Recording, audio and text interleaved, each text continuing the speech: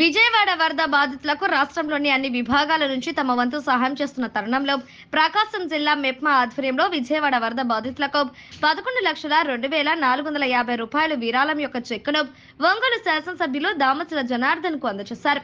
ఈ కార్యక్రమంలో మెప్మా పీడీతో పాటు ప్రకాశం జిల్లా మెప్మా సిబ్బంది పాల్గొన్నారు.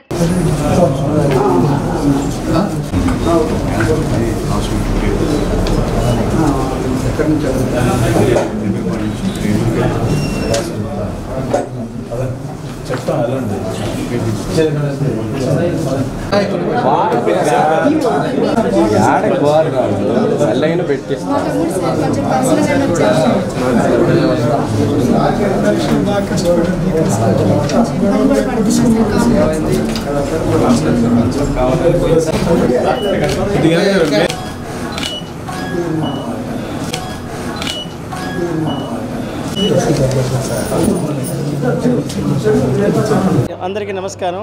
మన పట్టణ పేదరిక నిర్మూలన సంస్థ మెప్మా ఆధ్వర్యంలో ఏదైతే విజయవాడ దగ్గర జరిగినటువంటి ఫ్లడ్స్లో చాలా విపత్కరమైన పరిస్థితుల్లో ప్రజలందరూ కూడా ఇబ్బంది పడుతున్నారు.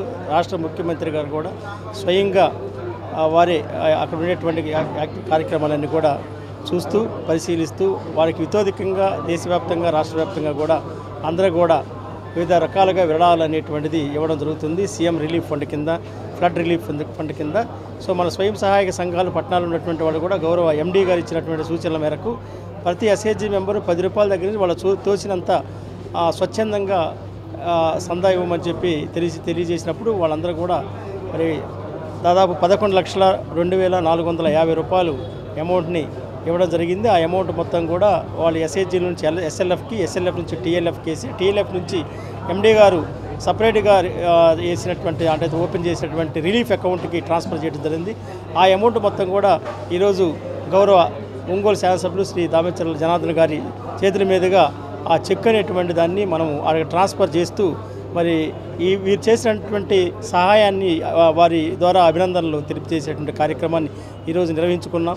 అంతేకాకుండా మన మెప్పా తరపున స్వయం సహాయ సంఘ సభ్యులు కానీ, రిసోర్స్ పర్సన్స్ కానీ, సీఓలు కానీ, అట్లాగే స్టాఫ్ అందరూ కూడా 2వ తారీఖుని గౌరవ కలెక్టర్ గారు చెప్పినటువంటి ఆదేశాల మేరకు మరి నిద్రాహారాలు మాని ఈ యొక్క ఆహార పొట్లాలు అనేటువంటి ప్యాకింగ్ చేసే కార్యక్రమం కూడా చాలా సర్వీస్ అందించున్నారు.